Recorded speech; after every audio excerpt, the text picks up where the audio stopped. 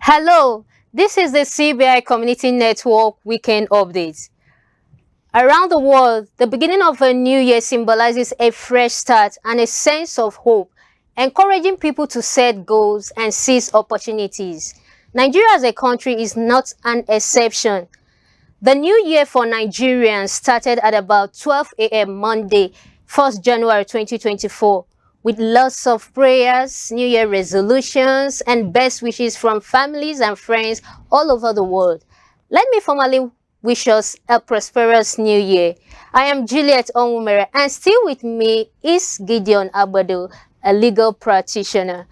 You're welcome to the new year. But there's something significant about this year, 2024. I got to notice that there was no prophecy from clergymen. Yes. So Nigerians unanimously coined that phrase, no grief for anybody.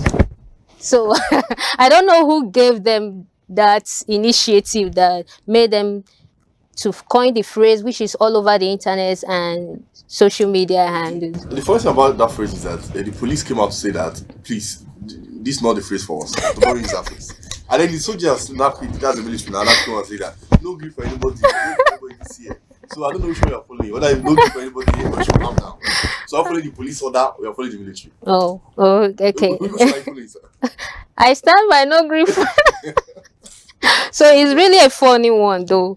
So with the updates we've had since January 1st, God ushered us into a new year, and we're expecting much from the government and all whatnot. So now we saw the Economic Financial Crimes Commission, EFCC, apprehending the national coordinator of the National Social Investment Program Agency, Halima Shehu, over an alleged 37.1 billion naira.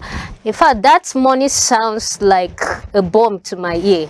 Actually, the way people were allegedly embezzle money now in this country, it's in billions and trillions. Yeah. So it's quite crazy. Okay. We also saw the that of Beta Edu, yes, embezzling. So I won't say embezzling, allegedly transferring into a private account 585. The transfer is real, actually. That is not alleged. She agreed that. Okay, she has confirmed, but initially she said that she. No, she said that there's no foul play. Okay. The transfer, that it was transferred, that it's according to the rules and all of that. But then again, section 713 of the Public Sector Financial Regulation Act of 2009 says that on no account should one transfer to a private account of an individual, or should money be taken to a private or transferred to. So it's against the rules of the public service. Okay. So even when interviewed, when the Accountant General of the Federation was interviewed, she was like, okay, she advised her not to do this and all that, and it was all a saga. Yes. If you ask me. I don't want to say that it's an innocent act, because really she's supposed to be aware of these things. Okay. Even if she's not aware, people are not supposed to advise her that this ought not to be done. And thank God that the Accountant General came out to say that I advise you not to do that, and she still went ahead to do it. Okay. So at least the president have suspended her for a time being. Let's see what the outcome of the rest. The thing is, president suspending her is a good one, and also stopped all programs that has to do school feeding and all those things. But what there's so many corrupt act that has happened in the past. Let's look at the former EFCC chairman of Bawa, the former CBN governor Godwin Emefiele, and all these things. Now, what I'm looking at is, why is it that these challenges of fighting corruption in Nigeria is insurmountable? Do you think it's insurmountable? Well, it is seeming so right now. It's looking like it's insurmountable. But, well, with efforts in place, there's no country that's free of corruption. But it's just that our own, like one former Prime Minister of UK once said, we are fantastically corrupt. I'm hoping that the narrative will change. But as it stands today, these figures that we're seeing that are being embezzled is quite too much. It's alarming. Yes, it's alarming. Yeah. Considering the fact that And millions of Nigerians, considering the fact that these monies are meant for humanitarian affairs, so it shouldn't, such things shouldn't be coming from a ministry whereby they are supposed to be looking out for the affairs of Alleviating the poverty. masses, alleviating poverty and empowering the masses. Yeah. So, and okay, now we move over the Tinubu travel directives. I think that's a good step. He took a good step in cutting down all protocols, all travel escorts and all those stuff. within Nigeria.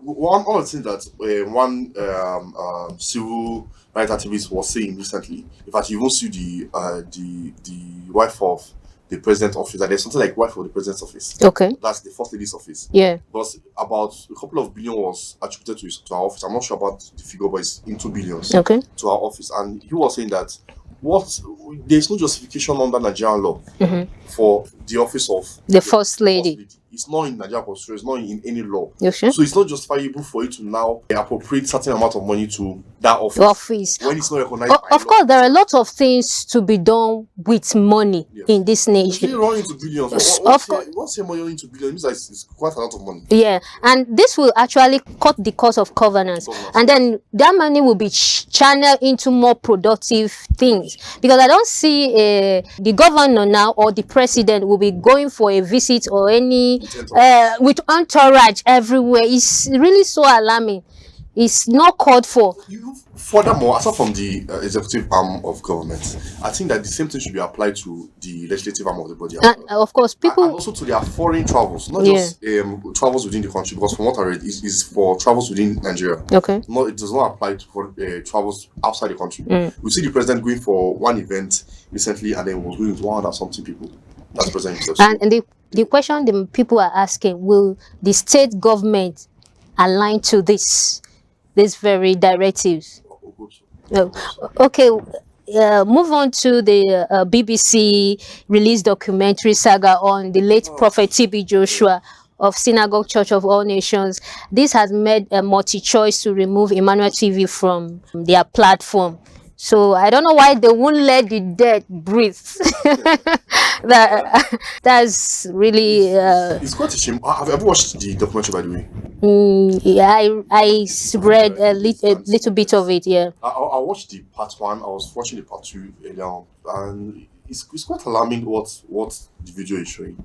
And while there is this opposing argument that why not let the dead rest? Okay.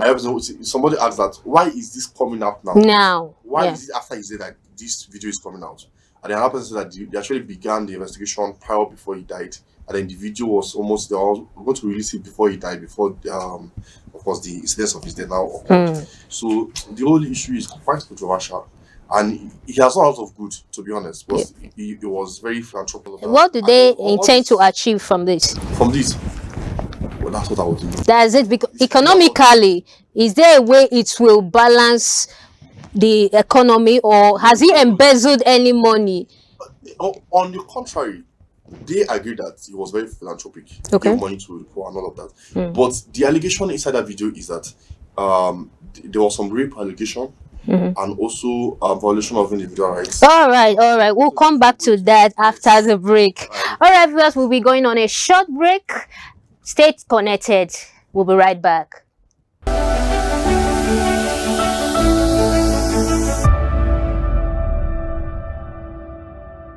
Welcome back to the studio. Before we went on a break, we were discussing about the saga of BBC documentary released on behalf of the late Prophet Cbi Joshua of Synagogue Church of All Nations. I'm still here with me in the studio, Barrister Gideon Abado. Welcome back. Thank you. So, like as we are saying earlier, so I don't know what the BBC intend to gain from digging up what is trending now about the late philanthropist.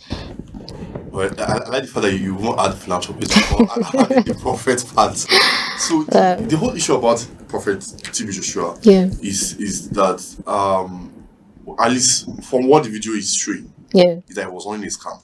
Okay. In the sense that they do from what I watched in the video, from my own analysis of the video, they do agree that there's a supernatural hand at work Mm-hmm. in the video, because they fell under some sort of influence while the whole picture was going on. They Okay. agreed of that part is true. Mm. They also talk about the part of abuse, Okay. that there was an abuse of some of them experienced an abuse, such as deprivation of sleep. Mm. They could not have enough sleep. Which some persons comes out to testify. Yes, and that they were being manipulated. Mm. And they won't talk about some of the healings being fake. Mm.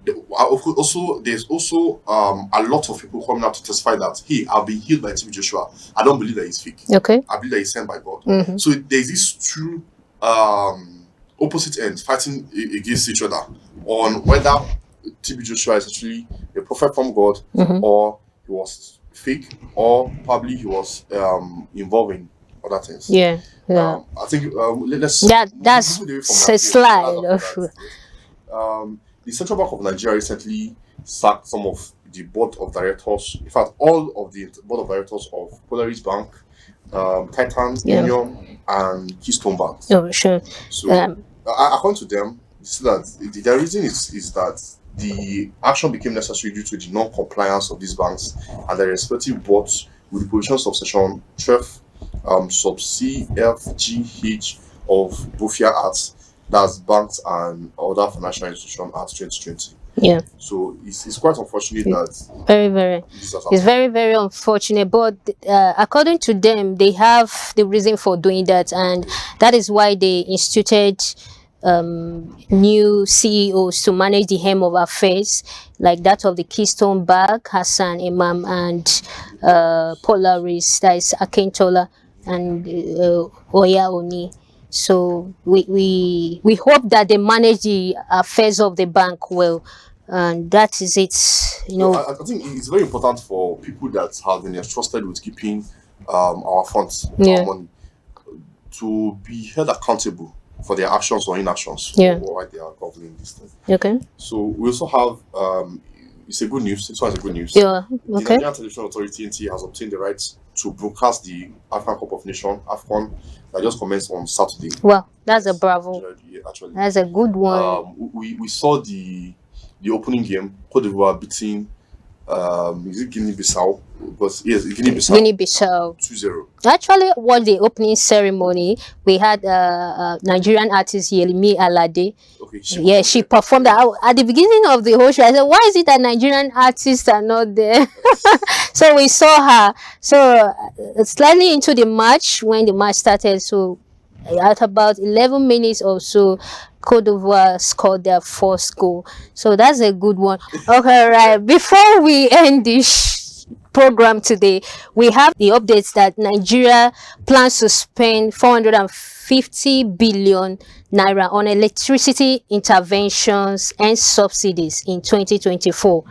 I read the federal government plans to spend 450 billion on power subsidies and interventions in 2024. This is according to an analysis on the 2024 Nigerian bulk electricity trading company budget under the federal government of Nigeria Power Intervention Fund.